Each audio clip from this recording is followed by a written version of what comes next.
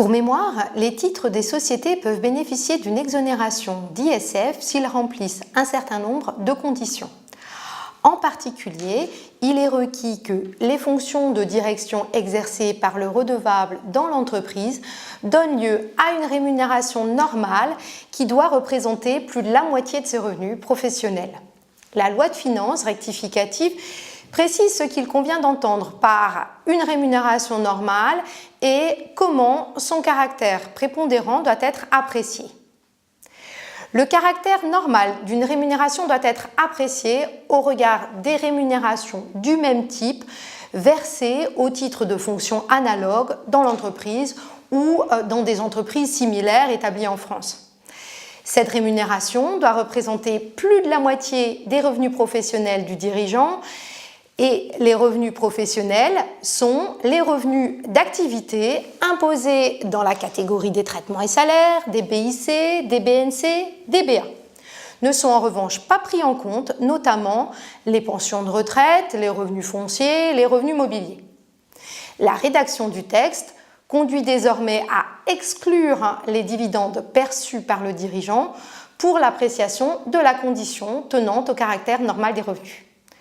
L'objectif de la mesure, tel qu'il ressort de l'exposé des motifs, est de lutter contre les comportements frauduleux visant à bénéficier de l'exonération sur la base d'une activité professionnelle fictive et non rémunérée.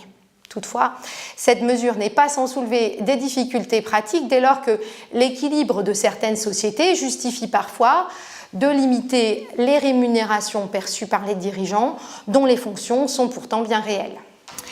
Les droits sociaux ne sont considérés comme des biens professionnels que dans la mesure des actifs sociaux nécessaires à l'activité.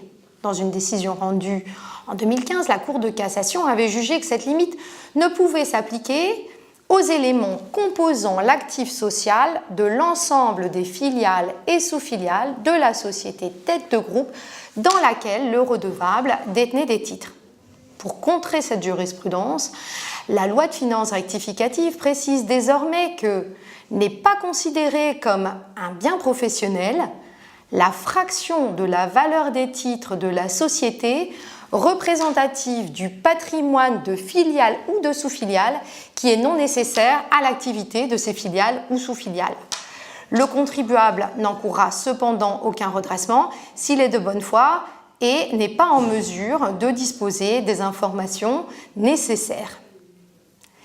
Si ce texte a encore une fois pour objectif de lutter contre des comportements frauduleux, il n'en est pas moins d'application large et conduit à restreindre de manière significative et selon moi critiquable le champ d'application de l'exonération des biens professionnels. Si les titres de société ne peuvent bénéficier d'une exonération d'ISF totale au regard des dispositions applicables aux biens professionnels, ils peuvent bénéficier d'exonérations partielles. En effet, en particulier, les titres détenus par les salariés et les mandataires sociaux sont exonérés d'ISF pour 75% de leur valeur. L'une des conditions posées au bénéfice de cette exonération est que le redevable exerce son activité principale dans la société.